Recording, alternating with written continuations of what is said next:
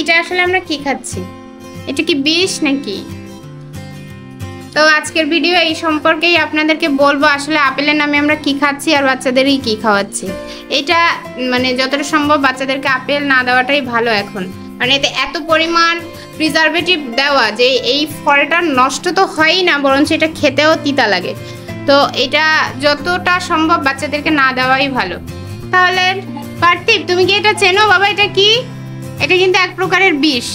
দেখতে একটা ফলের মতো হলেও এটা কিন্তু একটা বিষ। কেন বলছি বিষ?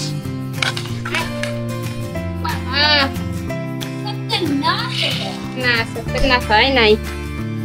এই যে এই আপেলটা আমাদের বাসায় 2 মাস হয়ে গেছে আনছি, এর চেহারা সব একই রকম, নাই পরিবর্তন নাই এই আপেলটার।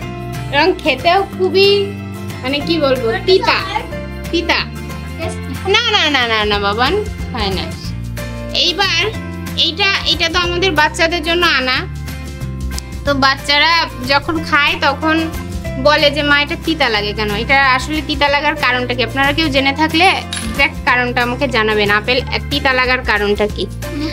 আর বাচ্চাদের আমরা এগুলো কি মানে কি খাওয়াচ্ছি? আসলে ফলের নামে বিষ খাওয়াচ্ছি না কি খাওয়াচ্ছি জানি না। আচ্ছা যাই হোক,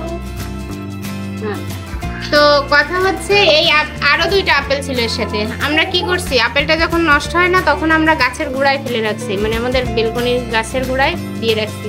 সেটা এখনো যেমন আপেল তেমনই আছে, এর কোনো চেহারা চেঞ্জ হয় না, নষ্ট হয় না, কিছু হয় না, পচে না, কিছুই হয় না।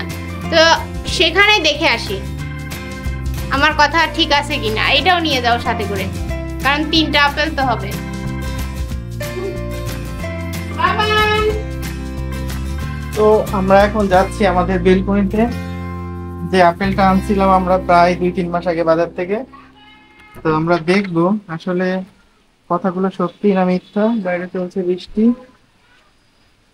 এই যে আমাদের একটা গাছ, দেখুন গাছটা কি অবস্থা আছে। আমরা এই যে আপেলগুলো রেখেছিলাম প্রায় 1 মাস আগে, তো দেখুন আপেলগুলোর কোনো পরিবর্তন হয় নাই, যেভাবে রেখেছিলাম দেখুন ট্যাগসহ একই রকম আছে প্রতিটা আপেল। এই আপেল দুটোরও যেমন অবস্থা এটারও একই অবস্থা। এটা ঘরে ছিল আর এই দুটো ছিল বাইরে, কিন্তু একটার গায়েও কোনো প্রকার নষ্ট কোনো ছাপ নাই, কোনো চিহ্ন নাই, কিচ্ছু নাই।